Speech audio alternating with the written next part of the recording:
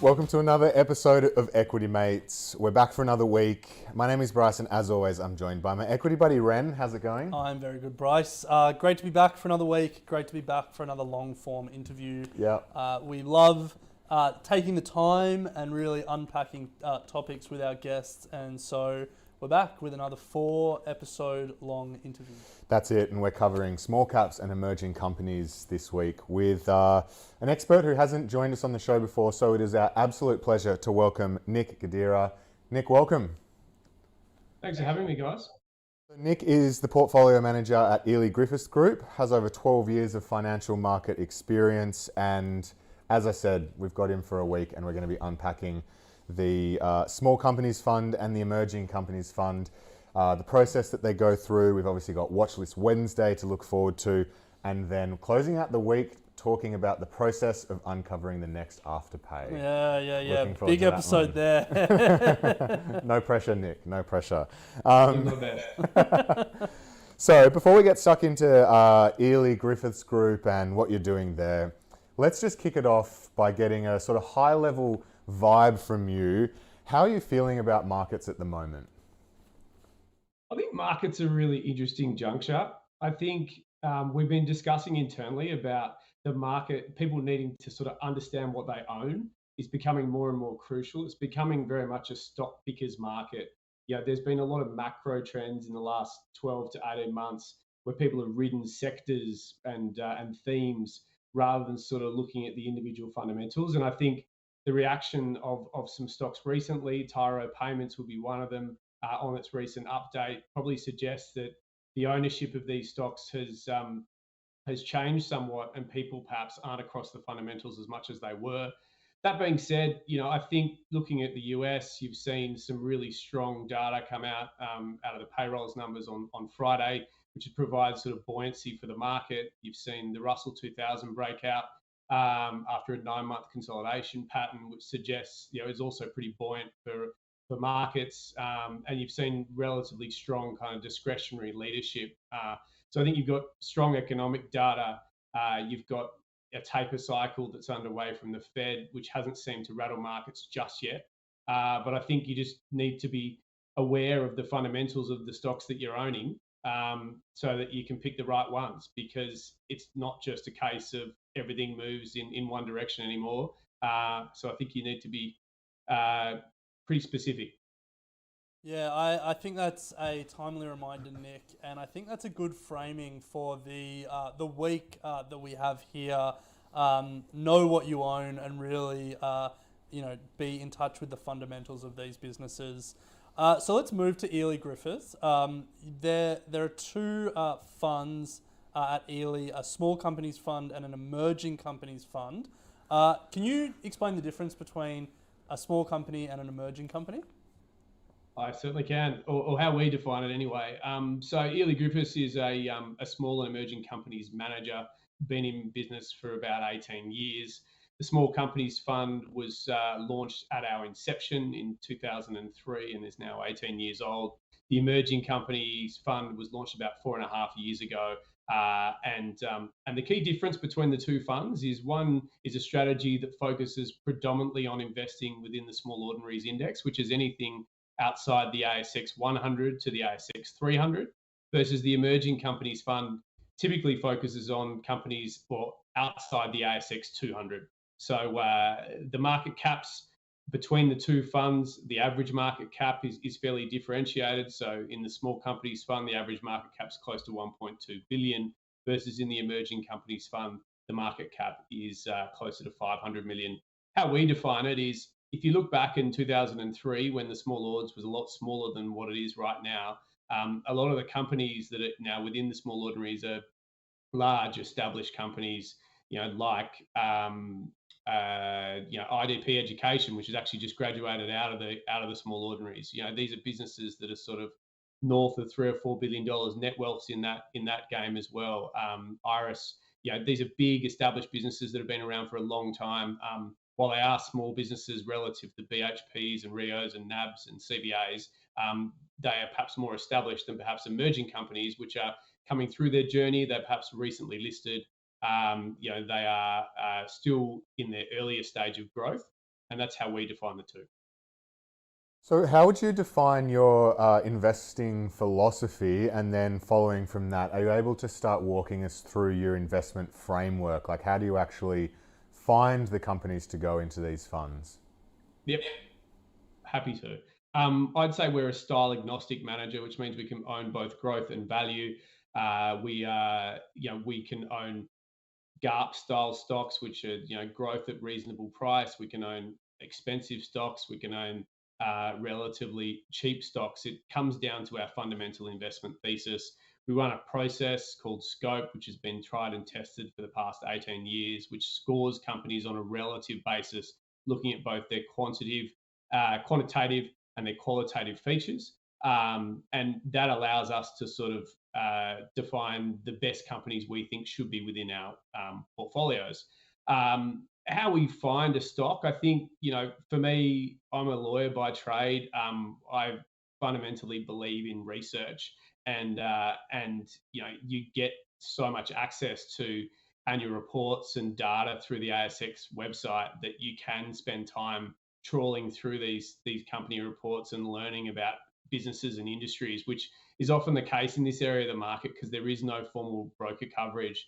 In the early days, there may be a sponsor broker for an IPO, there may be a prospectus, but the prospectus can be 250, 300 pages, but you can learn a fair amount about a company in that period, as well as looking back and looking at the financials across a 5 to 10 year period in an annual report, if available. I think we spend a lot of time on screening. We look at particular attributes that we like to call out. So for us, on our qualitative side, we look at management track record. So how well have they gone at executing on their strategic plan? We look at the return on equity of the business. We look at the Porter's Five Forces to assess, what the competitive environment's like. What are the powers of buyers? What are the powers of suppliers? Looking at the rivalry amongst incumbents. We look at the regulatory framework, and then we also look at the strategic plan, and we sort of assess that on a relative basis to other companies that are within an industry, and try and score the qualitative factors from 1 to 10 and rank an industry accordingly. So, for example, in lithium, we might score Pilbara Minerals at a higher qualitative score than we do scoring Orocobre, because we think that the management have done a better track record of executing on project development, for example.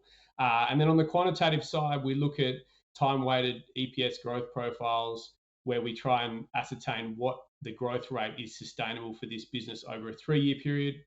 We also look at multiples to determine valuation. And ultimately what we get is a complete score that allows us to rank one stock to the other. But fundamentally in this business, it's about doing the research, meeting companies, doing the industry research, doing the calls, so that you can come up to speed relatively quickly on an industry that you may have very little familiarity with, because you are a generalist at heart in an emerging company world. A fascinating process, Nick. And you mentioned there meeting companies and meeting management. And, for Bryce and I as retail investors looking in from the outside, we often hear the experts we speak to talk about the importance of meeting management. But unfortunately, we can't pick up the phone and get some of these CEOs on the call. So when you are meeting management, what are you looking for? And I guess, for your process, when you're comparing management on a relative basis, so comparing companies on a relative basis, how do you do that with management? How do you line up two sets of management teams and say, this one is better than the other, with no hard numbers, but more, sort of qualitative, feelings and assessments of them? I think it's a subjective decision, to be honest, about ranking one management team versus another. But I think how we try to do it objectively is look at, over the past 3 or 4 years that a management team has been in train, if they've made a whole bunch of statements that they want to achieve at the outset of their journey with a company, i.e. what the strategic plan looks like, what the earnings guidance may be, whether they're looking to do acquisitions, whether they're looking to spend a significant amount of capex on brownfield expansion, and then we reflect on whether they've actually been successful in achieving that outcome.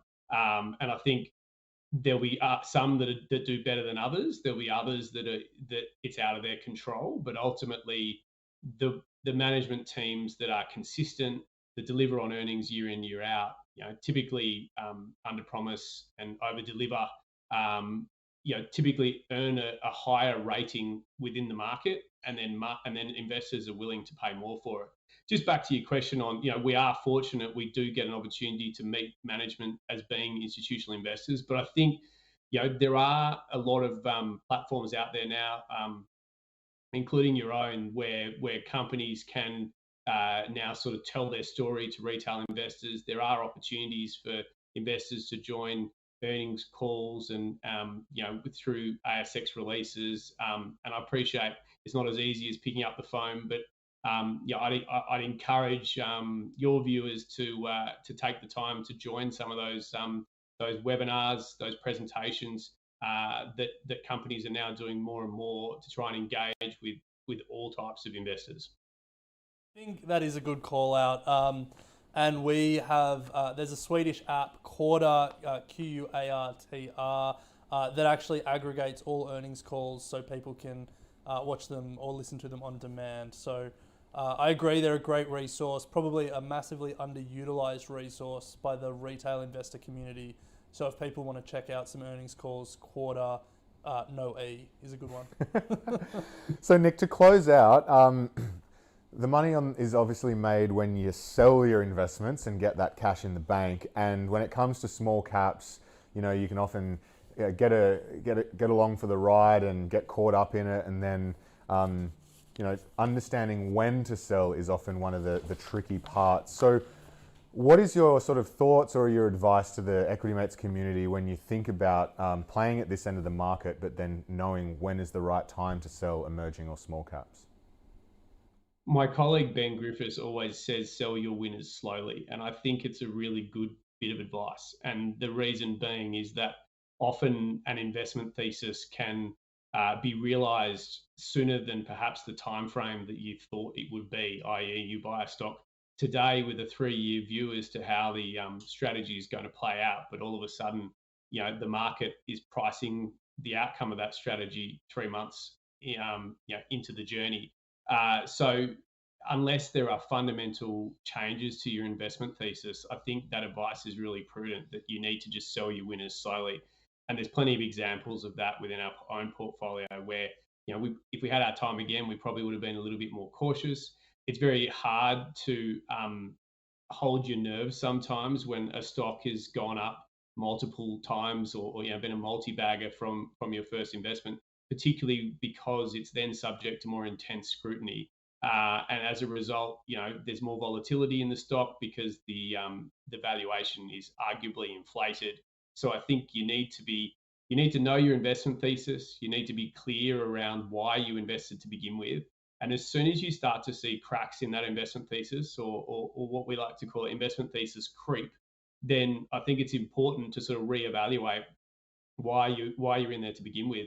If the reason you bought a stock was because you liked management, you thought there was a really important strategic plan, you thought that they were going to win an industry, and the industry had significant appealing factors and a huge growth rate, and then you get 12 months into that investment and the CEO's left and the industry is perhaps not as good as it used to be and there's regulatory change, then I think you have to question your investment thesis, and that should be the catalyst for you to sell. Even if the stock, you're still in the money on the stock, I think investment thesis creep is probably the biggest risk in not selling a stock or selling a winner, because you're justifying why you're holding onto it.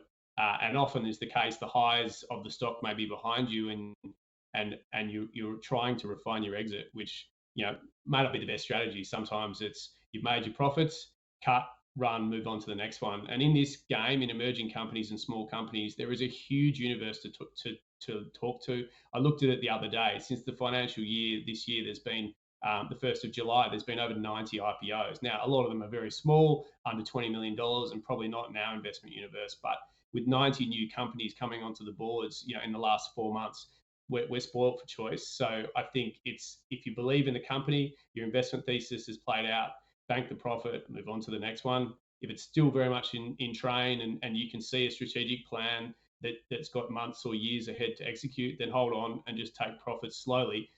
So you're still realizing some of that gain over time. Nice one. Great way to finish the episode, and can't wait to pick your brains on some of those IPOs that have come to market on our watchlist Wednesday. But Nick, that is always all we have time for today. Thank you very much for your time, but we do have you for another 3 episodes, so look forward to chatting tomorrow.